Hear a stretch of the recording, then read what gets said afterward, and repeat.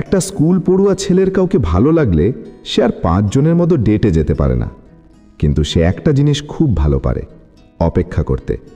নিজের স্কুলের শেষ ক্লাসটা বাঙ্ক মেরে হাতে মুড়ি মশলা নিয়ে দাঁড়িয়ে থাকতে পারে তার পছন্দের মেয়েটার স্কুলের সামনে, এক পলক দেখার আশায়।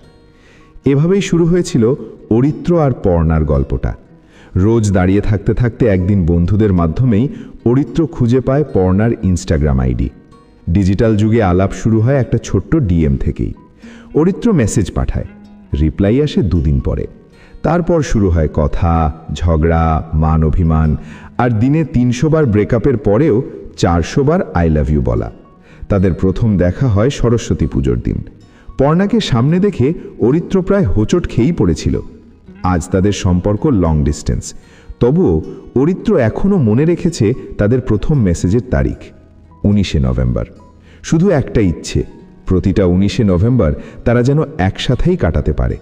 কারণ এভাবেই কত গল্প ছোট থেকে বড় হয়।